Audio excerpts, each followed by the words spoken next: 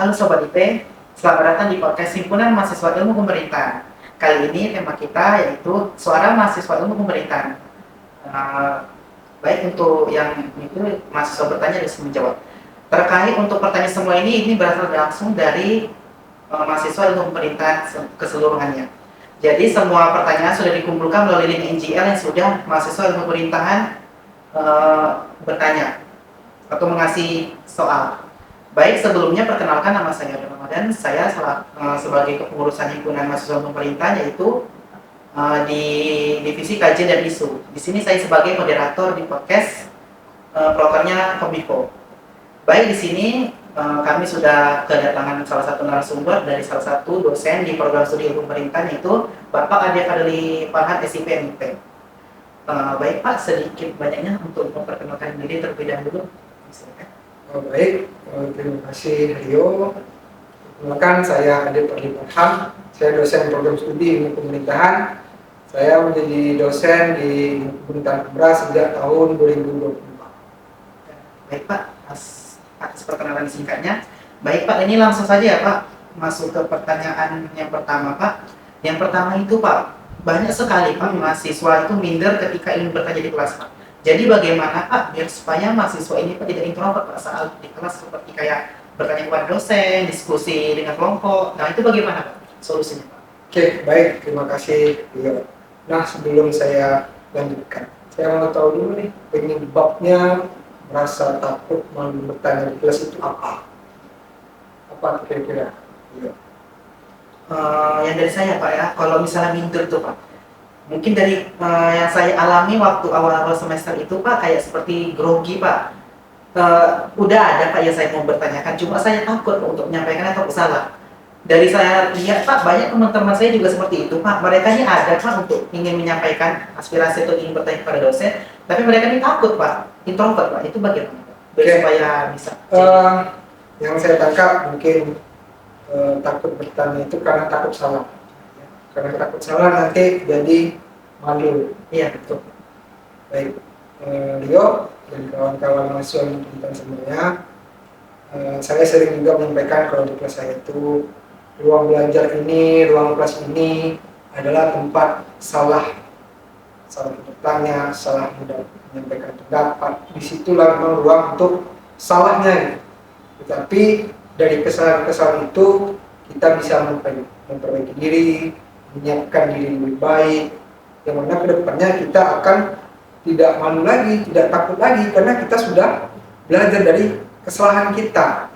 Nah, kedepannya saya harap kawan-kawan mahasiswa tidak perlu takut karena tempatnya salah di situ.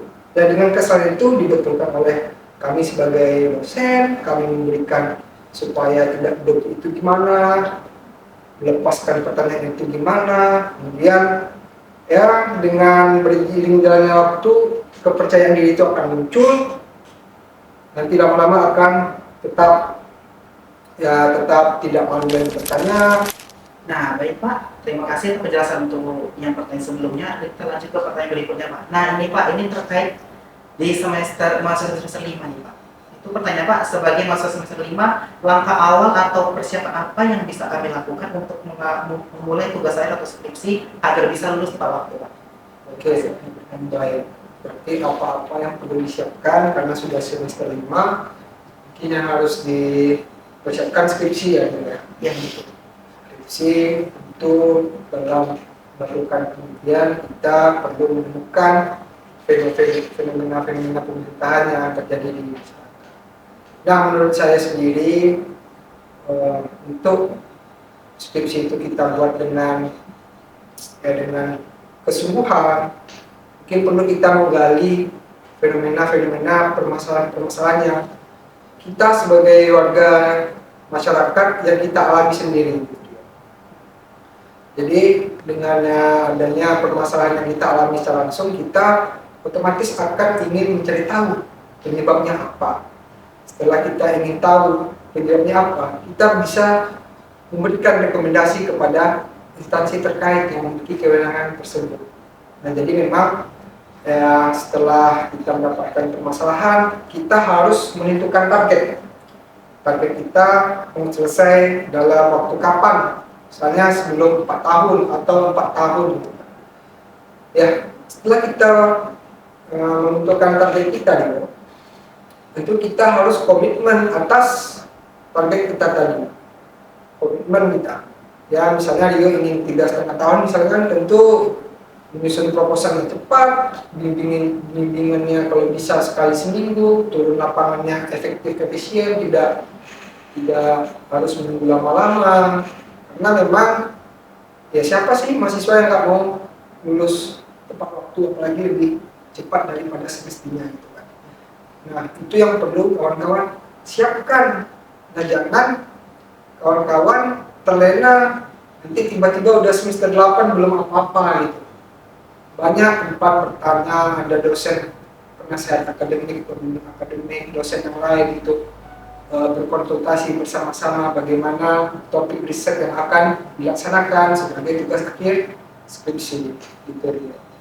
Oke, baik Pak, terima kasih Pak atas jawabannya.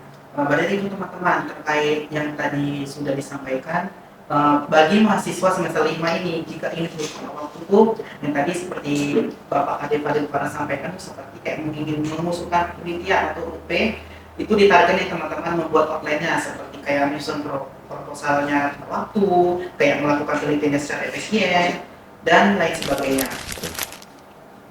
Baik Pak, untuk pertanyaan berikutnya itu Pak, yang ini tuh kalau kita lihat Pak, mahasiswa umum pemerintah itu seringkali mengambil topik-topik tertentu untuk skripsi atau penelitiannya Pak. Sebenarnya tema penelitian apa Pak yang paling sering dipilih mahasiswa akhir ini dan menurut Bapak kenapa tema itu yang paling diminati?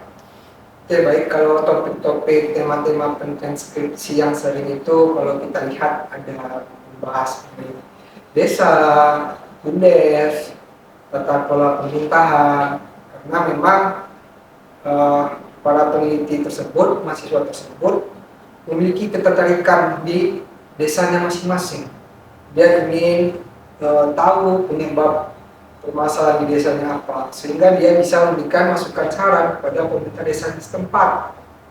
Nah, itu yang menjadi topik-topik yang biasa diteliti. Nah, apakah hanya desa dan BUMDes? Oh tidak, banyak topik-topik riset lain. Ada penelitian terkait pelayanan, ada terkait kebijakan publik, ada digital governance, ya, yang mana itu semua masuk dalam ruang lingkup kajian ilmu pemerintahan.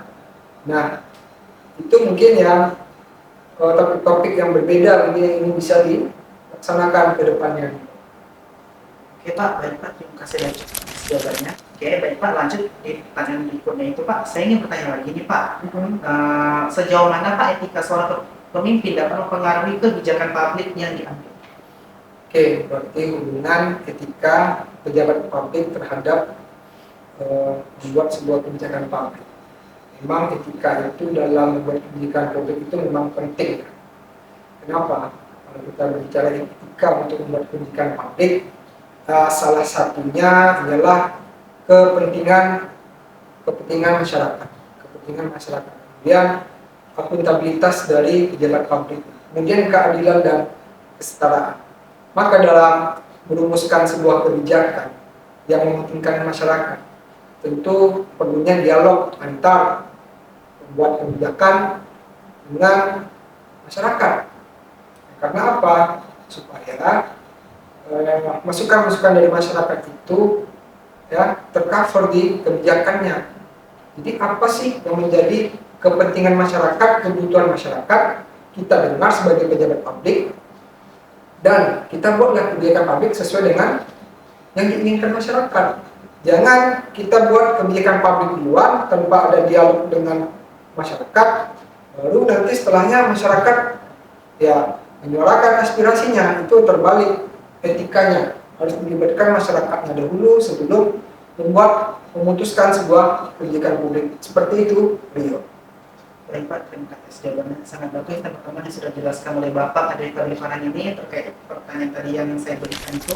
Baik Pak, untuk pertanyaan berikutnya ini Pak, seandainya Pak, kami para mahasiswa ini sudah lulus Pak, bagaimana Pak cara mendapatkan pekerjaan yang sesuai dengan jurusan terutama jurusan ilmu pemerintahan dengan arti kata lain agar tidak terlanjur Pak. Jadi Pak, yang saya lihat ini Pak, kayak ada Pak kakak saya di kampus lain.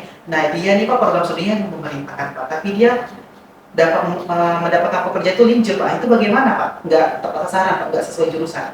Boleh Pak dijelaskan? Oke, linjur lintas jurusan ya.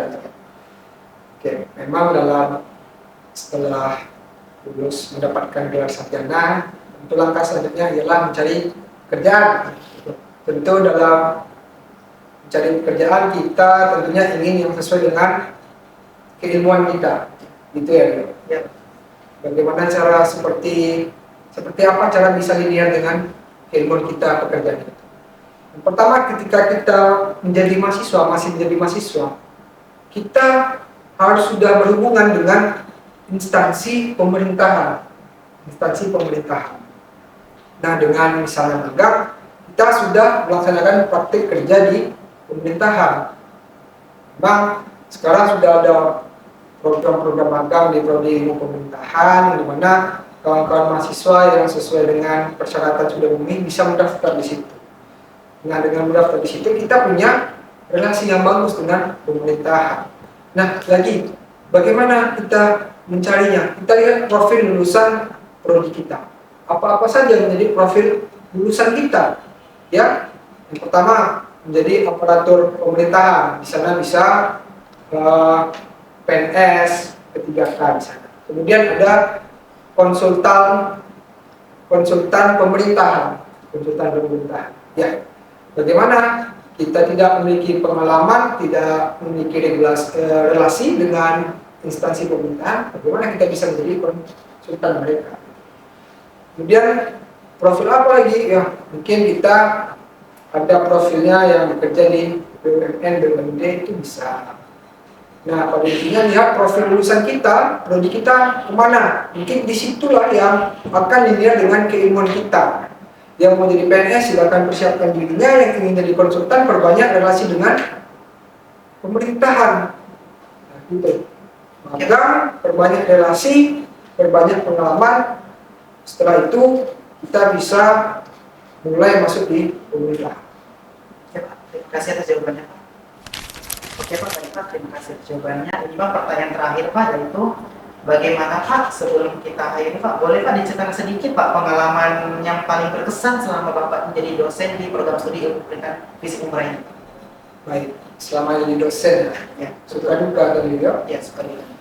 Ya, suka dukanya sukanya dulu kita saya sebagai yang bisa dikatakan masih muda, masih bisa bergaul dengan kawan-kawan mahasiswa yang umumnya secara umur tidak jauh berbeda, paling beda umurnya berapa? Umurnya tahun ini 21. 21, ya, saya 20 beda 4 tahun. Ya, suka saya dengan jarak umur yang singkat, jadi bisa selain dosen dan mahasiswa bisa hubungannya sebagai abang dan adik. Ya, kemudian sukanya lagi kita sebagai dosen ini terus belajar, tidak boleh puas sendiri, karena sebagai seorang tenaga pendidik kita harus banyak belajar, terusnya mengevaluasi diri, ya, supaya kedepannya kita lebih baik diri lagi ke depannya. Kemudian dukanya selama saya jadi dosen ini belum saya temukan sih. Semoga tidak ada dukanya ke depannya sampai pensiun. Oke, itu saja Rio. Baik Pak, terima kasih Pak atas tentang suka dukanya terkait menjadi dosen di program studi pemerintahan Fisip Umrah. Baik teman-teman, itu tadi semua pertanyaan yang sudah dijawab oleh Bapak pada limpahan SIPLIP, yang dimana pertanyaan ini semua bahasa tadi yang saya jelaskan sudah dari mahasiswa ilmu pemerintahan yang melalui isinya LIMIJR. Baik teman-teman, sekian dari podcast kami hari ini, lebih kurang mohon maaf. Sekian dari kami, wassalamualaikum warahmatullahi wabarakatuh.